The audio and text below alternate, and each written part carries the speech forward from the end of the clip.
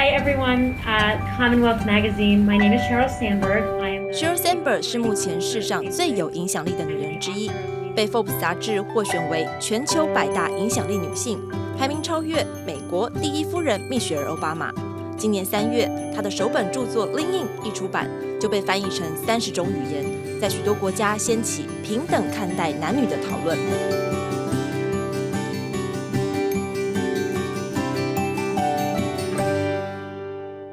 从小身为长女的 Sandberg， 在家中就常指挥弟妹展现领导能力。哈佛商学院毕业后，摇身一变为职场上的少数女性佼佼者。And then I joined the U.S. government during the Clinton years, and I worked as chief of staff of our Treasury Department, so it's the finance ministry.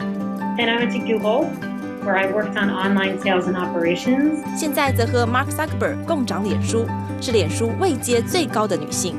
她曾在一场鼓励女性挺身而进的演讲得到很多回响，潜藏在内心想为女性争取平等地位的想法被唤醒。她开始站出来，鼓励女性别当壁花。It was after watching so many women quietly lean back, after watching myself quietly lean back and miss opportunities, that I started to see the pattern and started to talk about it.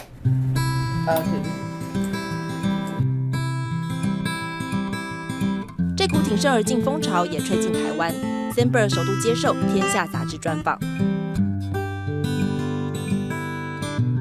So one of the reasons I wrote Lean In is because when my daughter was 4, we played a song of all the U.S. presidents to her for Americans President's Day. And she looked up and she said, "Mommy, why are they all boys?" And so we're trying to tell her you can be president. We're also trying to tell my son that he can be a full participant at home. If you ask boys and girls, do you want to lead? Do you want to lead this organization? Do you want to be the president of your school? Do you want to run this company? More boys than girls say yes. We know in the data in the book that we call our little girls bossy, not boys. We know that teachers call on boys in classrooms more than girls. If we want to start encouraging girls and women to lead, we're going to have to start very early. This is going to have to start in every home, in every family, and end in every school and office. I think it lets us understand that men and women are different. I think for too long, all over the world, the women who are working in business or run for office, they feel this pressure to pretend that they're the same as men. And I don't think we need to do that. I think what we want to do is acknowledge those differences. So look, no one does anything alone. And Mark and I have had for over 5.5 years and continue to have a great partnership. He leads the product work here. I lead the business side. We sit together. We work very, very closely together. And I think we're lucky to have found each other with very complementary skills. My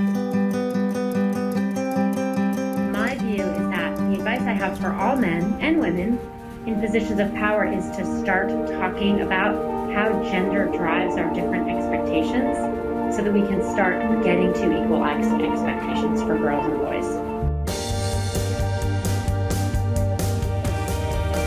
One of the things Lean In asks women is to ask yourself, what would you do if you weren't afraid? And write it.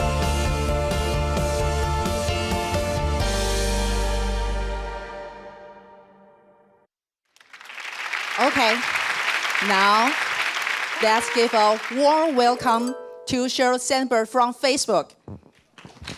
Hi, everyone.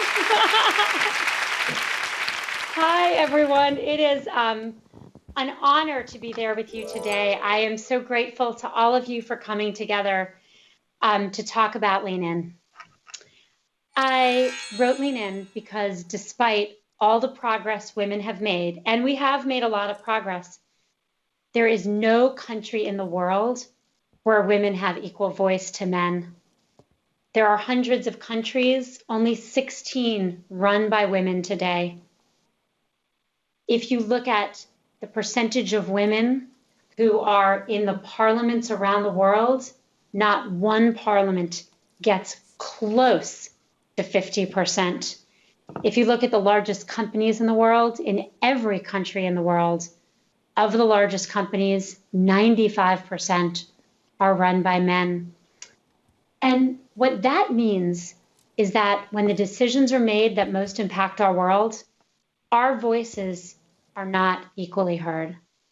That is why I wrote Lean In, and that is what, all together, we are trying to change. I believe that closing the leadership gap helps all of us. Women are a hugely important driving force for our world economy. If you look at the economic progress of Japan, for example, they are dependent upon getting more women into their workforce in order to continue growing. If you look at other countries, that process will happen as well. Having the full population engaged helps economic growth. It also helps our companies and our institutions perform better. Warren Buffett, the American investor, has famously said that one of the reasons he was so successful is he was only competing with half the population. When it comes to sourcing leadership, we still source from roughly half the population. If we change that, our companies and our institutions will be more productive. It will also improve the well-being of people around the world. We know that families where men and women, husbands and wives, share responsibilities more evenly are happier. Lower divorce rates, higher marital satisfaction.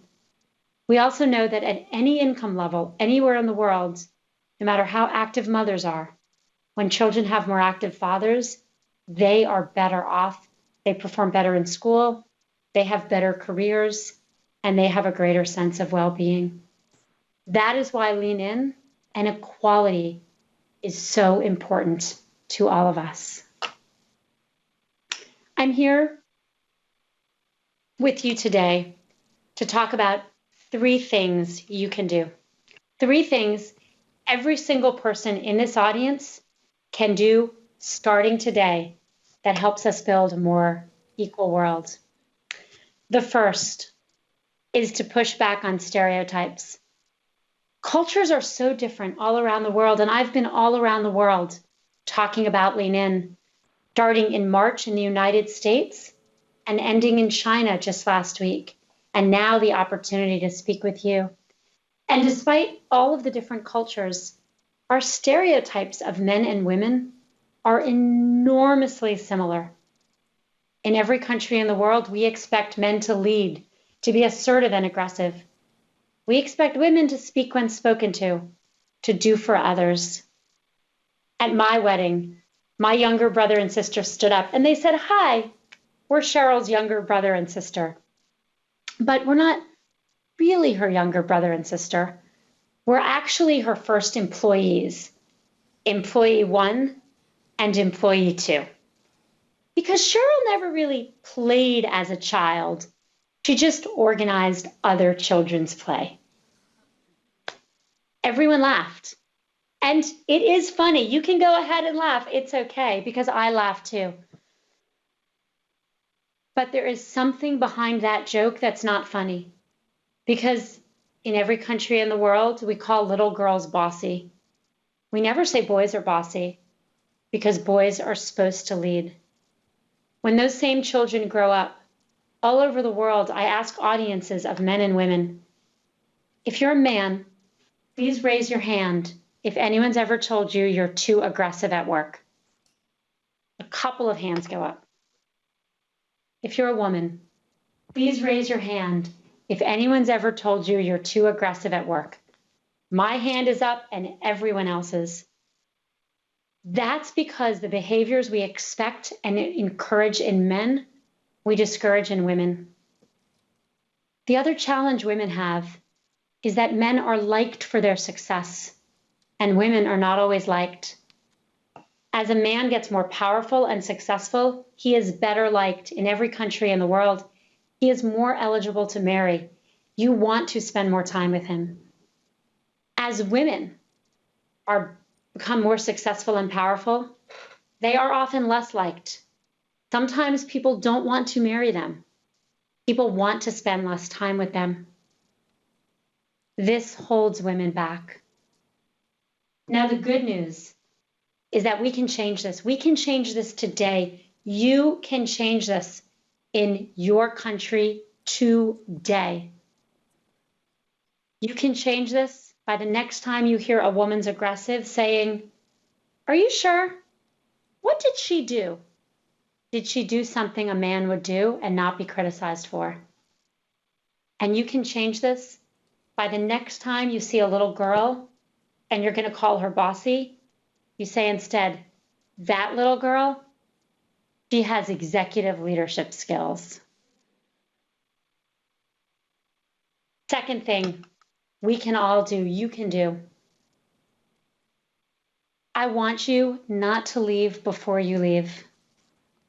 I've seen this all over the world. There's a young woman at Facebook who came to see me, and she was really young, and she was asking me all these questions. How do I balance family and children and work? How do I do this? How do I do that? And I answered all her questions, but she looked so young. So finally I said, "If you don't mind my asking, do you have a child?" She started laughing. She said, "A child? I don't even have a boyfriend. I just like to prepare in advance." I have seen this in all my years in the workforce. Men go into the workforce, they graduate from school, and they're pushing forward, they're leaning in. Women are holding back. They're not sure because they want room for family and children. One day you may have children, and then you will need to make room for them. Do not make room for children years before you have them, because it limits your options. As you get more senior, you get paid more. As you get more senior, you are more valuable.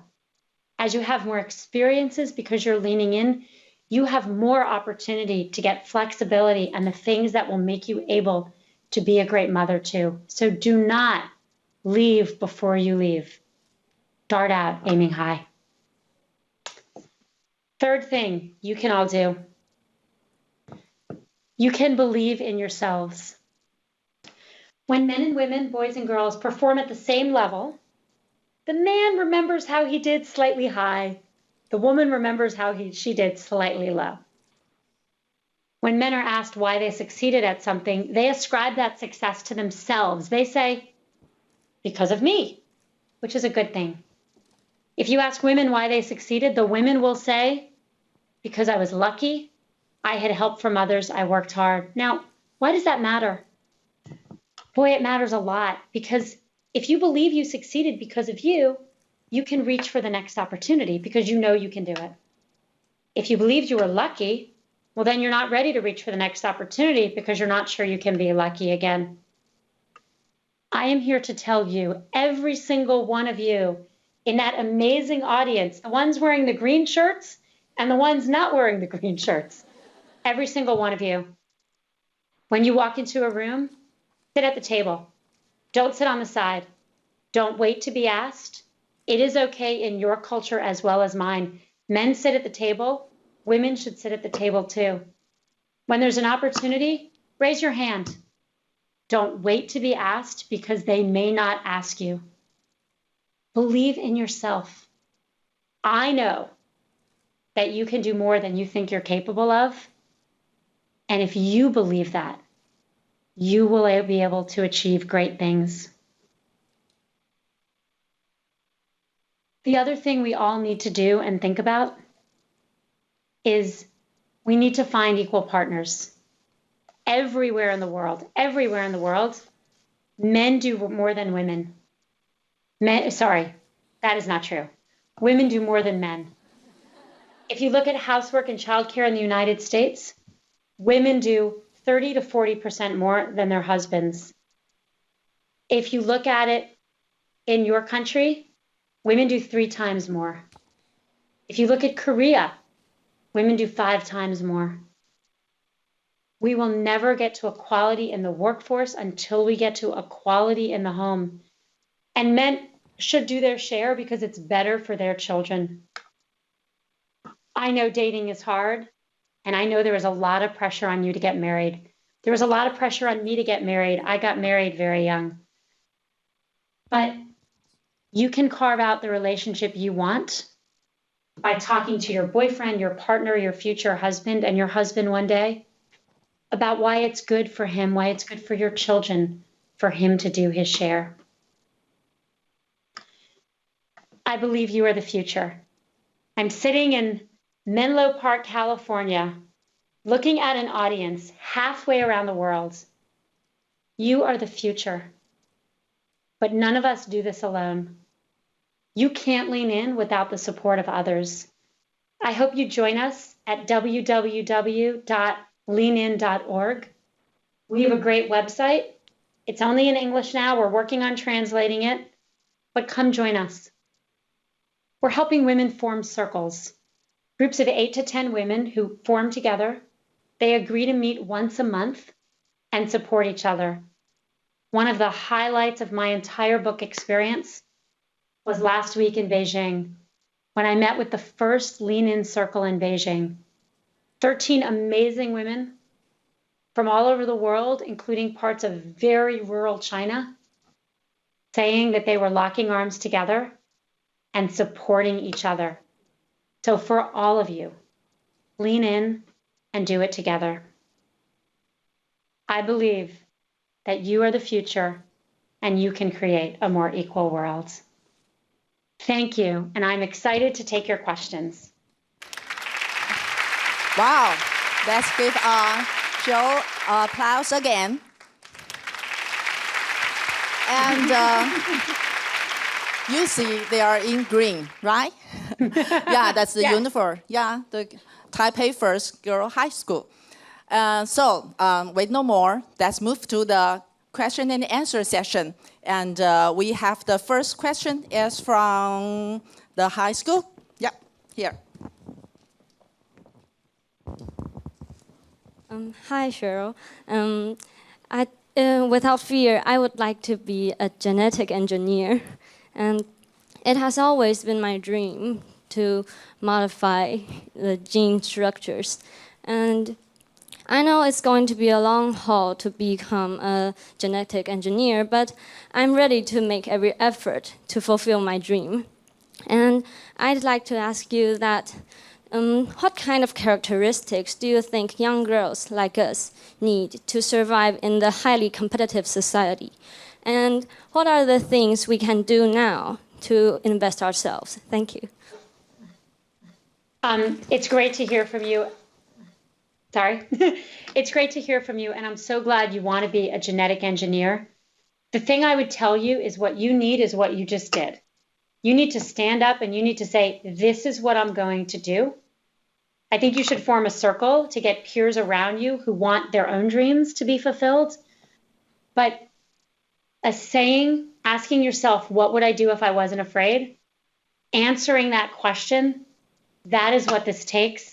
And I'm so proud of you for doing it. When I first got on the video, I saw a lot of you were holding signs, the what would you do if you weren't afraid signs, yes? Yes. I love these. Please take a picture of the whole audience for us and send it to us. If you will, take pictures of, I would love pictures. Yes. Woo! Applause for you. If someone there can you all take pictures, both of a group and individuals, and send them to us? Because we'll post your pictures, because you will inspire not just yourselves, but the girls all around the world. Okay, thank you, Cheryl. So keep this post and share with us later. Yes. And yeah, okay. The second question, also from the high school.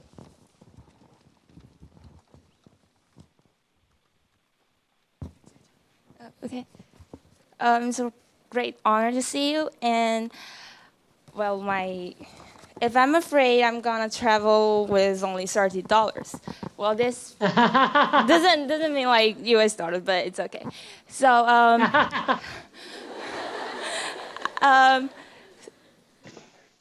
because I think being a 17 years old high school student, we're not under that much gender stereotypes or something, but it sounds simple to some people around here, but it sounds really hard to me because I'm kind of shy or something to meet other people. So I think if I travel with only $30, I could force myself to ask others or strangers for helps, and that's what I'm thinking about. So about questions, so regarding to the message given that get women to the table, so what will you suggest a woman with mostly male supervisors to do to get to the table?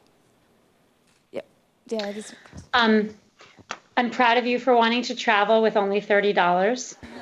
I think women stepping out into the world, whether it's travel or even just speaking at a meeting, asking a question, is so important. Lean In is trying to educate not just women, but men. The Lean In conversation is happening not just hopefully with you, but hopefully with your future employers, most of whom tend to be men all around the world. I think we need to have an honest conversation about gender. I think sometimes sharing your fears can be helpful. So if you're working for someone, saying to them, I'm a little bit afraid to do this, or I'm concerned about doing this, can you help me? Is actually something that I don't think is a sign of weakness. I think it's a sign of strength. And I think women are more able to do this than men. And it helps people everywhere share with each other and help each other grow. Thank you. Okay, the third question, also from the high school.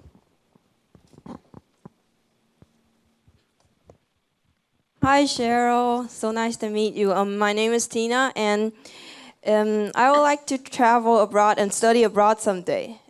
And I have a lot of friends like same age as me, and they're boys, and they travel abroad because their families think like they're more independent, but they don't think girls are independent. They think we should stay here until like college. After college, okay, you can go after your college. And yeah, I think it's due to the gender. They think boys are more independent.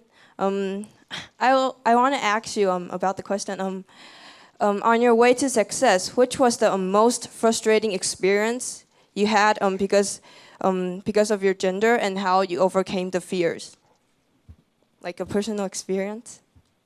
Yeah, it's a good question. And the question you're talking about, which is parents letting boys travel, not girls travel, the expectations for boys and girls are so different, and breaking down those expectations and being honest about them is really, really important. I had many situations that happened on my way. Probably the most difficult, which is what you asked, was my early marriage. I got married when I was 24. That's quite young in the United States. I know people get married younger where you are, but for the United States, that's really young. And I don't think I knew who I was, and I don't think I was ready for that kind of commitment, and it didn't work. And we got divorced. No one in my family had ever been divorced. My parents told me no one in my family was allowed to get divorced. And it was really painful because it felt like a really big public failure. I'd had a big wedding and all my parents' friends were there. And then a year later, they had to hear that I wasn't married anymore. And I look back on that and I'm glad I was able to do that. I'm glad I was able to admit, okay, this was a big mistake, but I made it. And I'm only 25. And I can either stay in this for the rest of my life, or I can admit I made a mistake and moved on. And I admitted I made a mistake and I moved on. And I'm glad I did, even though it was really hard. Okay, thank you, Cheryl. And the next question, also from the high school. Yeah, here we have a different direction. Yeah. Hello, Cheryl. I'm Christina, and I'm wondering if women in the Middle East got the chance to read your book, and assuming they did, they don't even have the chances to show their faces in that part of the world. How do you expect them to speak up for themselves and for us women? Thank you. Yeah. So my book has been published in English and it's available all over the world. It will be published in about 40 languages, but it's only been published so far in 11 or 12. And Arabic has not yet happened, nor have any of the other languages in the Middle East. So it's not broadly available in the Middle East. But I think it will be. It will be. We're working through. It's a lot of work to do each one, so we're getting there. I'm excited to see the version that launched with you. All over the world, women face different challenges, and you are correct that there are countries in the Middle East and elsewhere where women don't have basic civil rights. Women are the property of their fathers and their husbands. Women do not have the right to vote. Women do not have the right to drive. and all of this needs to change. I don't live in those countries. I don't pretend to have perfect answers all over the world. But given the experiences I've had interacting with those women, they all say the same thing, which is that they believe if more countries were run by women, if more companies were run by women, there would be more women helping them. There would be more pressure on those countries to give civil rights to women. We live in a world run by men. It's run by men globally, and it's run by men at an individual level. I'm not saying that more countries and companies run by women would change it overnight, but I believe as that change would happen, it would help women all over the world. Thank you. And maybe the last question from the high school. Where? Here.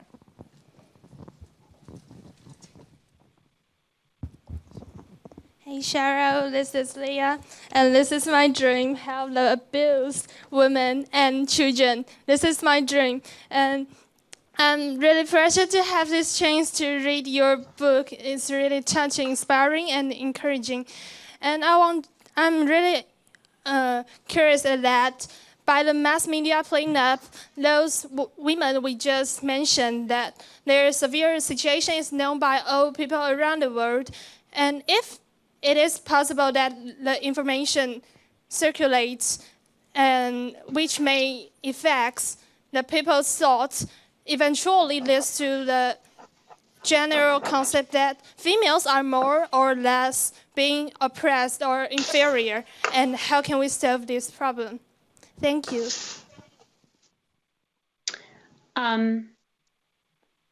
It's an important question. I love your goal.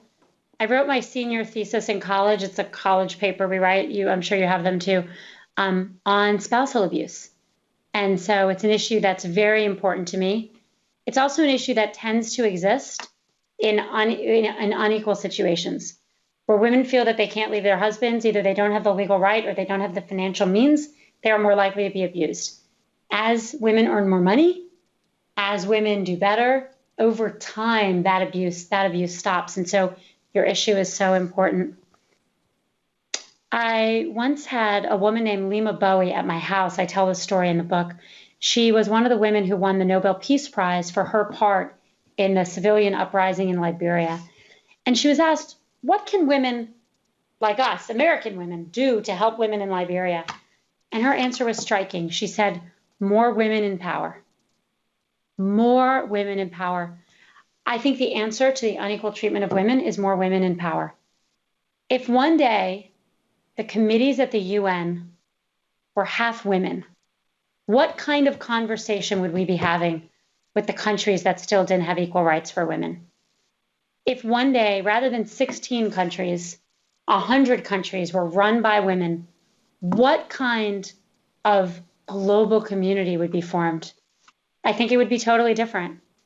And that is why I'm excited to see what you do as you not just help women escape abuse, but help women reach for leadership.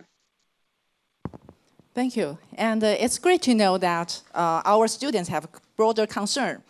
Yeah. And now move the question to the media. The first is from the Cheers magazine.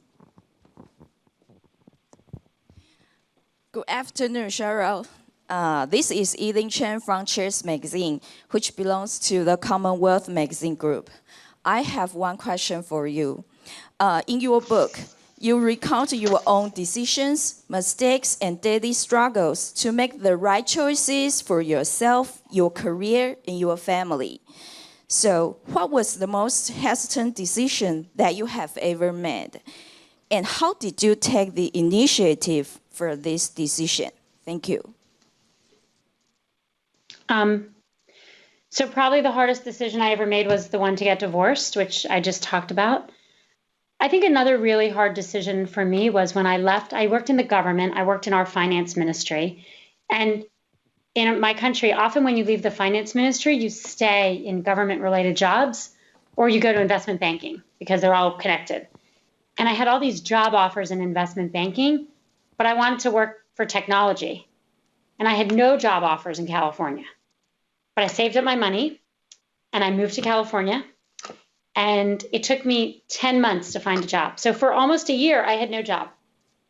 And by the time I got a couple early, and I was lucky to have them. They were good jobs, but they weren't what I wanted. And I was getting nervous because I was going to run out of money and I thought no one would want to hire me. But I stayed strong and I kept looking until I found a job offer at Google. And then I realized it was the right one and I went. And so I think the message for all of us is to take risks and not to take silly risks. I'm not saying everyone here should do exactly what I did. I don't know what the right risks are for you, but as women, we tend to be a little more risk averse than we need to be.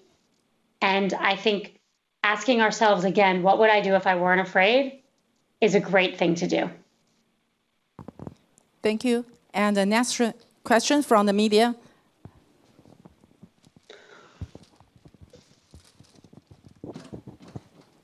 Hi, Cheryl. You don't mind call you Cheryl because apparently a lot of people call you like Mrs.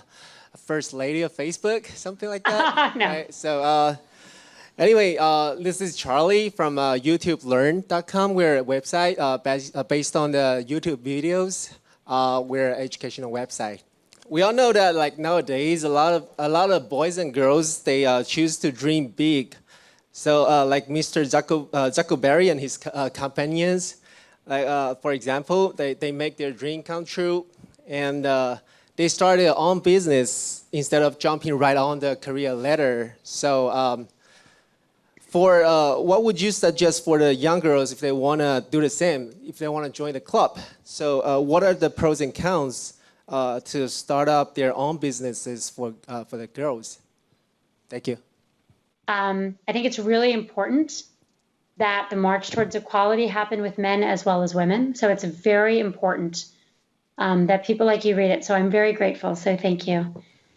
I think when we think about what needs to happen, we need to be able to take the right amount of risk.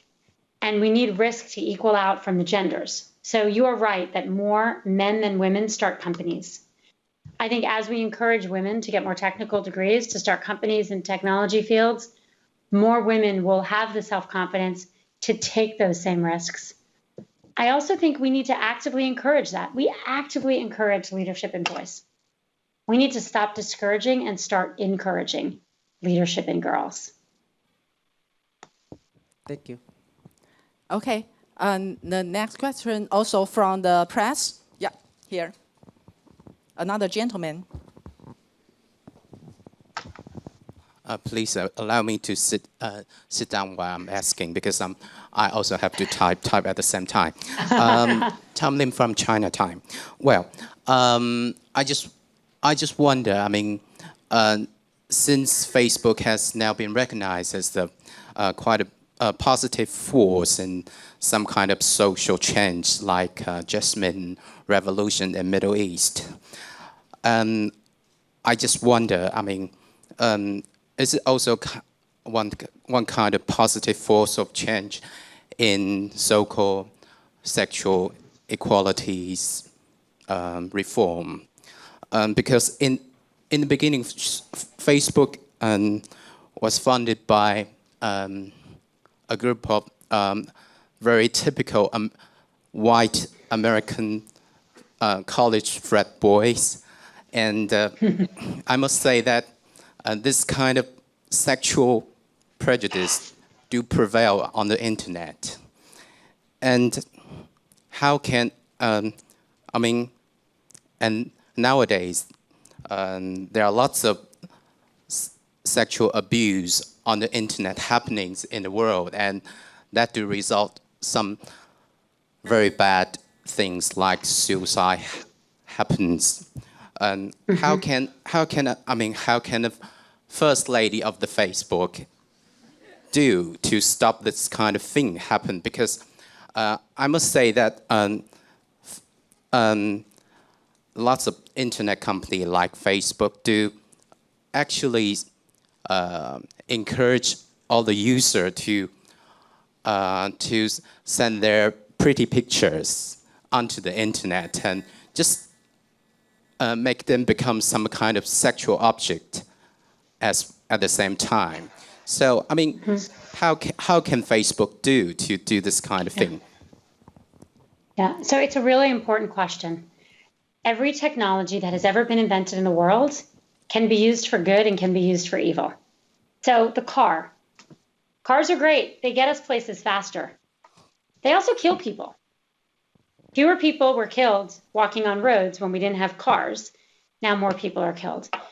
That means that every time we have to invent a technology, we need to take advantage of its benefits, but we need to protect ourselves against its harms. So just like we have to use cars responsibly, just like we have to fly airplanes responsibly, we need to use technology responsibly, meaning that we need to do the good things with Facebook, social media, all of the different technologies out there, and not the bad things. At Facebook, we take our responsibility very seriously. We have a place on almost every page of our site that says report this. And if anyone does anything that's against our policies, bullying, abuse, we ask people to report it. We work with parent coalitions and teacher coalitions around the world to make sure that Facebook is used responsibly. And it's a responsibility we take very much to heart. Thank you, Cheryl. And do we have more questions from the media? Yes, this lady. Hi, Cheryl. My name is Leslie. I'm from Rimu ebook store. I'm very glad that we have your book on our platform. So I just read about your book last night. So my question is about how's your definition about success? Because I've seen that there are so many women, they start to kind of persuade themselves success doesn't mean that you need to have outstanding outcome in your career. You need to also have your child. You need to have families and more time with your families. So I'm curious about your definition about success, because I'm wondering that is there any a common meaning of the success, or it's really a definition that depends on individuals? So it's definitely an important question, and it's definitely a definition that depends on individuals. Every single woman and man needs to decide what success is for them. The issue is that men believe they have more choices. Every man in a school, in every country I'm aware of in the world, which is every country, believes that they can have both a career and a family. And everywhere in the world, women, even though most women work full time, believe that they can only have one, because that's what we tell them. So I want every woman to make her own choice. Some will choose to work at home. Some will choose to work in the workforce. Some want to be CEO. Some want to be head of a technology company. Some want to be a school teacher. Some want to be a doctor, a nurse. Any decision you want is great. But I want you to make that decision believing you have the same options boys have. I don't think it's fair for girls to have more limited options and a more limited version of success. So when you ask yourselves, what would you do if you weren't afraid? What would you do if you believed you could do anything? That's the question I want you to ask yourself. And whatever that answer is, I want to support you. Lean In is there to support you. And you should feel great about your definition of success. Thank you. And I see hands from the students again. Yeah, here, right behind.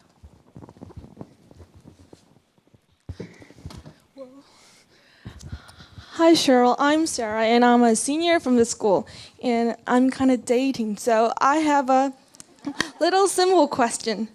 Which one is more important, a good job or a good husband? Thank you.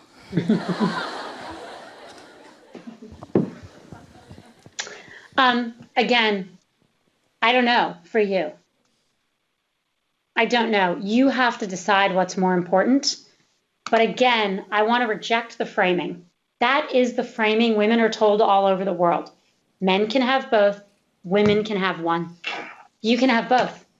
You can have a good job and a good husband. And it turns out that having a good husband will help you have a good job. That's really important. Having a good job will not necessarily help you get a good husband, but having a good husband will help you get a good job. So be picky. I tell girls across the world, date whoever you want. Don't marry them. Only marry men who want equals. There are men out there who will be afraid of your success. There are men out there who will not want a wife who threatens them. There are men out there who will not want a wife with a good job. If you want to be successful, if you want a good job, don't marry that guy. Marry someone else who wants an equal. Thank you, Cheryl. That's real wisdom. Yeah. Yeah, I'm afraid we only have time for 1 or 2 questions. Do anyone? Okay. This girl? Yeah. Raise your hand. Hello, Cheryl. I'm Tanya. Well, here's my dream. Well, if I'm fearless, I would like to speak at the United Nations Council. But I think this is a really unrealistic dream. Because if I ask myself, if I'm fearless, what would I do? But on the other hand, I still have to fear. So I just want to ask some advice. Thank you. I'm glad your dream is to give a speech at the UN Council. I look forward to watching your speech one day online. I think we need to face our fears. I think as women, we are afraid and we are told to be afraid. And every time someone tells us to be afraid, we have to think, I'm not going to. Every time someone tells us we only have one choice, we tell them we have 2. So if you want to speak at the UN, not only can you, but you will. I believe you can do it. Thank you, Cheryl. And I think that's all the time she'll have with us. And so let's show our sign again for Cheryl. Thank you. And thank you, Cheryl. And let's give Cheryl a big applause again. Great. Thank you so much.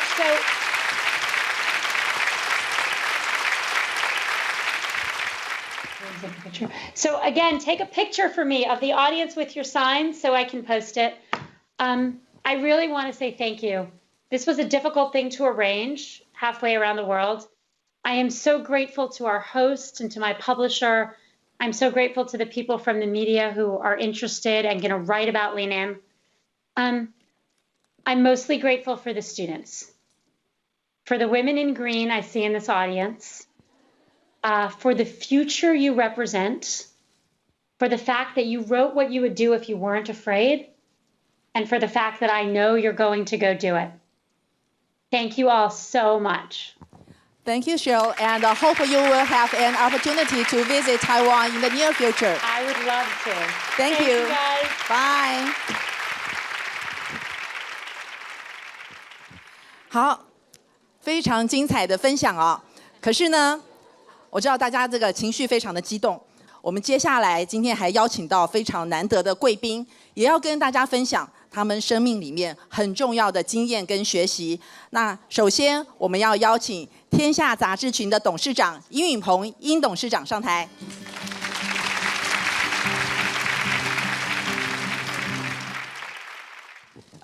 各位学妹，大家早。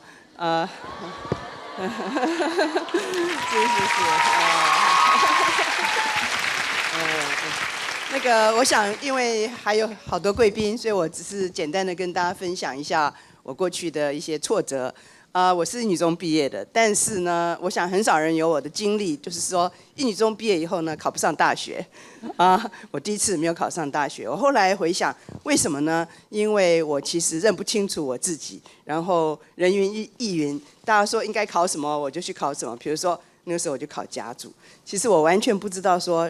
我其实心里面最喜欢的都是历史啊、地理啊、文学啊，所以呢，到第2年重考我就改了，就考上成大外文系。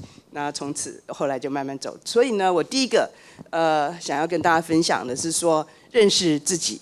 其实认识自己是很困难的，有的时候觉得好像大家都走这条路，那是不是我也应该走这条路？其实我觉得我们都是很应该非常诚实的面对自己。然后说，我真正有兴趣的事情是什么？然后呢，就是毫无所惧，选择你自己要走的路，然后义无反顾的一直走下去。这是我对我们的学妹们最真诚的一个 advice。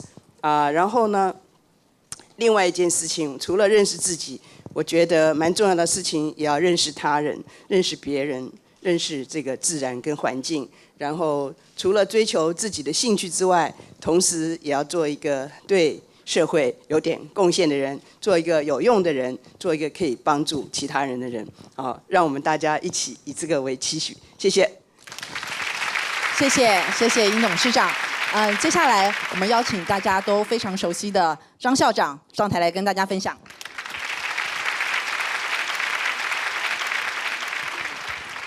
那我想刚才大家都从这样的一个视讯还有活动之中，我们都看到我们这个 Sandberg 这个女士啊，一直在鼓励我们女生不要害怕成功，要努力，要勇敢啊，要对自己的梦想勇敢的去追求。可是我想要问同学，如果我们只是对自己有信心，只是勇敢，是不是成功就会到我们的手上？这个背后其实还有很多的牛肉。很重要的是什么？我们可以看到，刚才他在这个视讯里面，还有他在他的书籍里头，他表达出来的，其实并不只是单纯的那个勇气而已。其实在这个里面，他有非常多的专业，他有非常多的创意，他还有非常多的决断力。那么这些东西都是要去努力得来的。如果我们不在这些东西下功夫，我们就只凭着说我就是很勇敢的要去跟别人竞争，你没有任何的一个支持的力量，你没有任何的后盾，那是不够的。所以我想在当下，在我们北一女中，你们正是要选择你们的兴趣，找到你们的专业，然后好好的去经营，去淬炼自己，然后有一天你进入职场，你才有那个勇气去跟别人一争长短，才能够挺身而进。谢谢。谢谢张校长。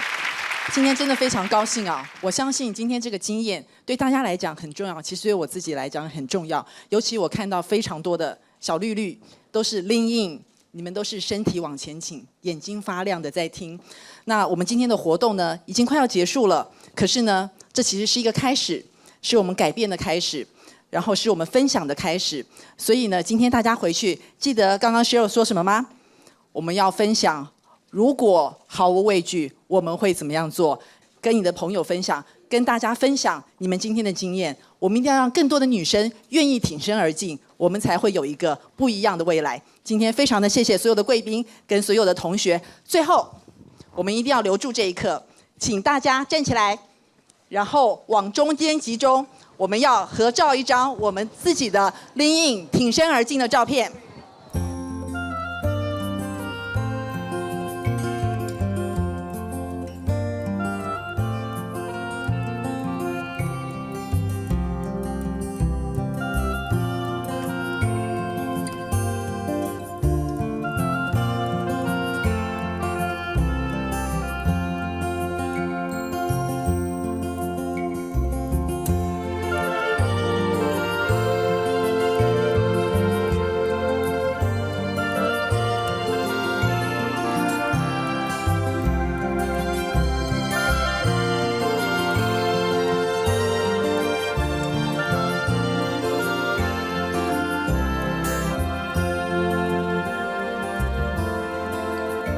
一起挺身而进。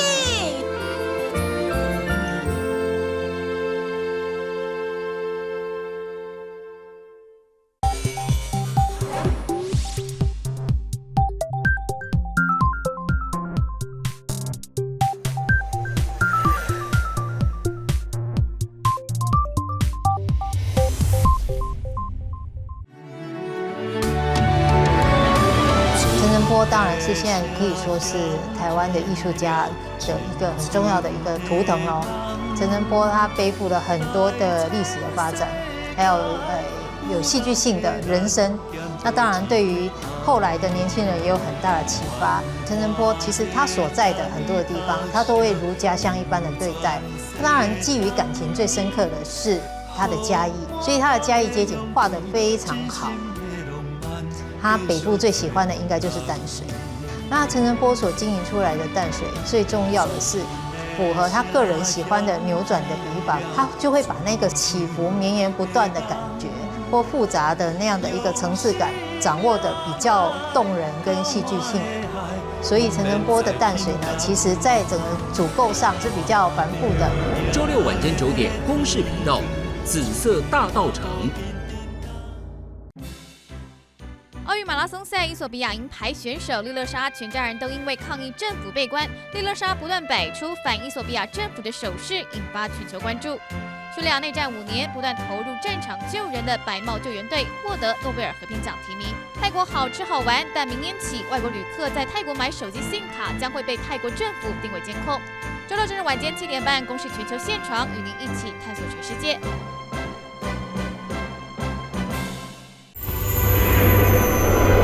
猎食世界以全新的观点捕捉猎食者与被猎者之间戏剧性的际遇，透过影像与故事呈现他们的速度、耐力或复杂的伎俩，彻底颠覆您对野生世界的想象。捐款2500元获赠《掠食世界》3片 DVD。详情请上公视网站或拨02-2633-2000-9。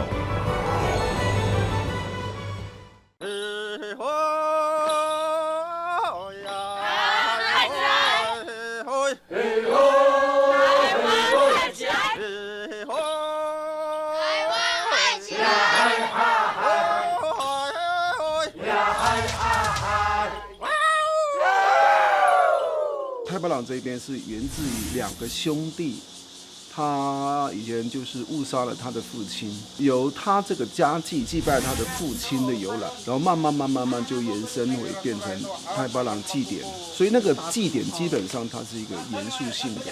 那我们单从这个字以理性来看的话，一就是这里的意思或那里的意思，理性呢就是祭典的意思，简单来说就是在这个祭典里面的生活。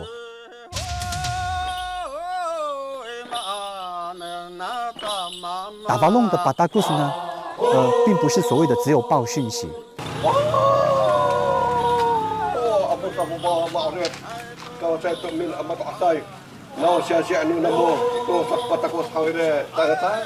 我们年轻人扛着信物到那边去，他们完全都是用跑步的、徒步的方式，沿着山路、溪流这样爬上去到奇美部落，将信物传达到奇美部落之后呢，告诉我们部落的讯息。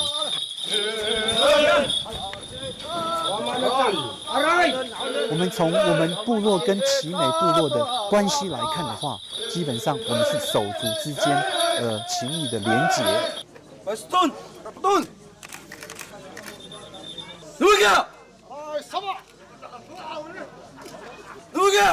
魔鬼式的招待，还不如说是毁灭性的招待。你们看到打法弄青年到奇美部落的时候，当敬酒的奇美部落说敬酒，这个辛苦了，给你喝。打法弄的青年就说你先喝，你不断的来往往产生出你先喝我先喝你先喝这个动作的时候，无形中是在展现出我是代表我的部落来到这边来，我要告诉你我有多强壮。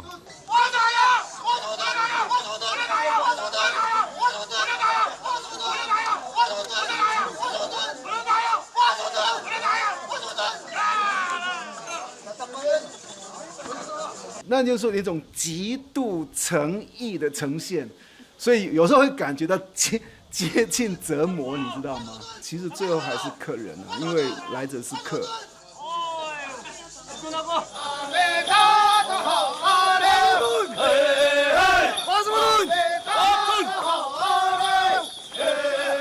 因为我们是手足之情的部落，所以难免会希望多留一步，他们会特地去把它挡住，这就是呈现出我们2个友邦的友谊相当的稳固。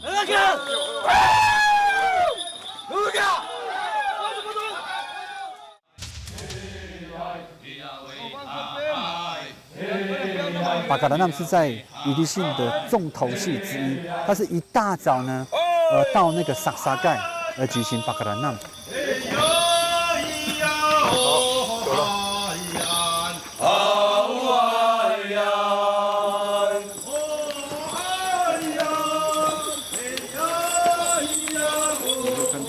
部落的祭司头目会讲一些就是非常长串的一个祭祀用语。我们今天要办祭典，我们欢迎我们的主民跟着我们一起过，一起欢乐。然后将所有的东西呈现在前面，面对祖先的一个碑去祭拜。谢谢我们的马拉道跟长辈祖先们，你们所留下来的，让我们能够延续到现在。我们也会有一个敬老尊贤餐，那个敬老尊贤的餐，就是那些年轻人从山上带下来的野菜了。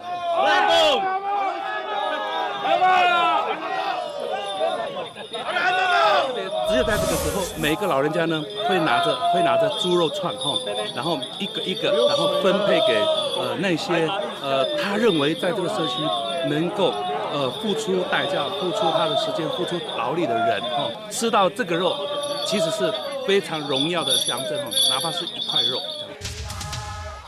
马里古萨实际上是在呈现年轻人的一种体力跟战力。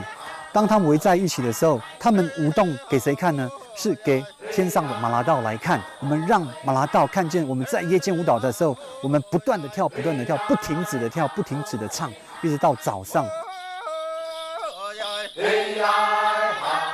丰年祭是一个被误导的这样一个名词，我们会一个很错误的认知，丰年祭好像就是唱歌跳舞，其实它不是，它就像一年的转折，那就像我们的新年一样。嗨起来！嗨起来！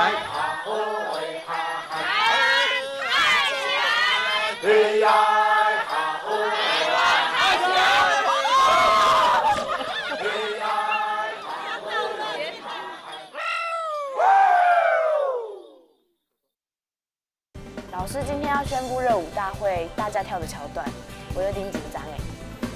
你干嘛？我只是回到我自己的位置而已，有什么不对？老师，我一直不明白，为什么你总是让俊凯跳主要桥段？既然我们不行，但我觉得雨神应该可以。那如果我说我不认同你的说法呢？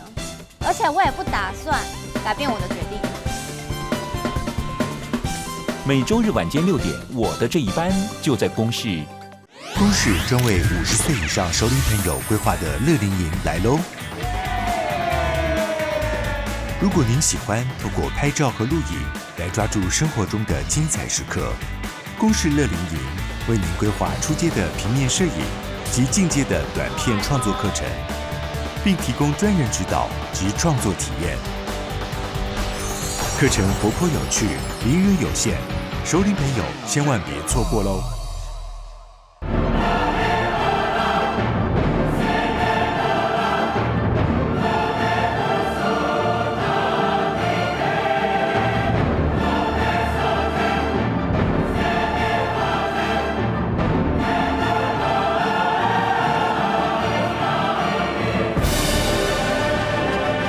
公视表演厅8月27号周六晚间11点，奥福布兰诗歌。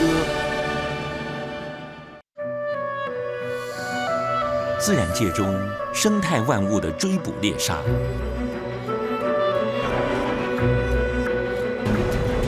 这些珍贵画面是如何拍摄到的呢？